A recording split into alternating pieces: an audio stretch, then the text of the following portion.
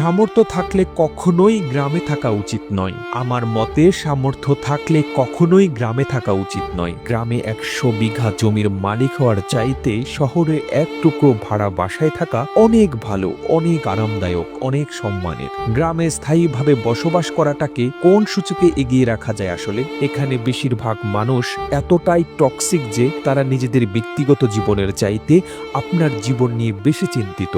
আপনার চুল বড় কেন, অনার্সে পড়া সত্ত্বেও মেয়ের বিয়ে দেয় না কেন, ২৫ বছর বয়সেও আপনি বেকার কেন, আপনার কোনো ব্যাচমেট বা আপনার সমবয়সী কেউ যদি বিদেশে গিয়ে লাখ লাখ টাকা কামায় তাহলে আপনি এখনো পড়াশোনা করছেন কেন? এসব আজগুবি বিষয় নিয়ে তাদের অনেক টেনশন। গ্রামের সব থেকে বোকা মানুষটাও শহরের মানুষকে এক হাতে ৩ বার বিক্রি করতে পারবে।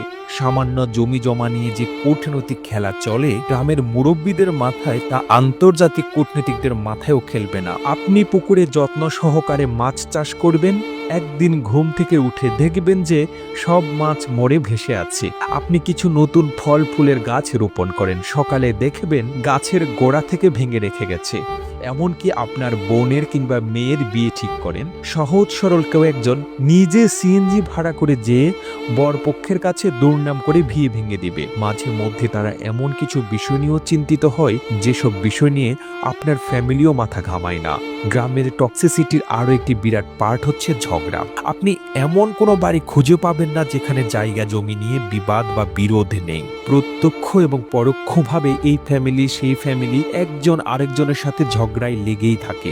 ১ ইঞ্চি জায়গা জমি নিয়ে মামলা মোকদ্দমা, অশ্লীল ভাষায় গালাগালি, মাথা ফাটাফাটি চলতেই থাকে হরহামেশা। এইজন ওইজনের নামে গোপনে প্যাচ লাগিয়ে ঝগড়া বাঁধিয়ে দেওয়া, কাউকে পছন্দ না হলে তাকে নিয়ে গ্রামের জনে জনে কুৎসা রটানো করা, এমনকি বিবাহের প্রস্তাব আসলেও গোপনে প্যাচ লাগিয়ে দেওয়া যেন গ্রামের মানুষের নিত্যদিনের কাজ। গ্রামের বেশিরভাগ মানুষ এতটাই অজ্ঞ যে তারা সফটওয়্যার ইঞ্জিনিয়ার বোঝে না, ইলেকট্রিক্যাল ইঞ্জিনিয়ার বোঝে না, এমনকি এমবিবিএস ডাক্তার মানেও তারা বোঝে না। তাদের কাছে সরকারি চাকরি মানেই পুলিশ হোক সে কনস্টেবল, আর্মি হোক সে সৈনিক, পিয়ন কিংবা প্রাইমারি স্কুলের শিক্ষক, এগুলোই তাদের কাছে সরকারি চাকরির মানদণ্ড। একজন নার্সকে তারা যেমন ভাবে ডাক্তার ভাবে, তেমনি ভাবেই একজন সরকারি মেডিকেল এমবিবিএস বা অন্যান্য ডাক্তারি ডিগ্রিধারীদেরকেও তারা একই রকম মনে করে। তাদের কাছে আপনি সরকারের কততম গ্রেডের চাকরি করেন তার চাইতে বেশি ইম্পর্টেন্ট আপনি প্রাইভেট জব করেন নাকি গভর্নমেন্ট। আপনি প্রাইমারি স্কুলের পিয়ন হলেও হয়তোবা তারা মেয়ে বিয়ে দিতে চাইবে, কিন্তু যদি শোনে আপনি প্রাইভেট কোম্পানির চাকরি করেন, সে চাকরি যতই ভালো হোক তারা আমতা আমতা করবেই তাদের কাছে।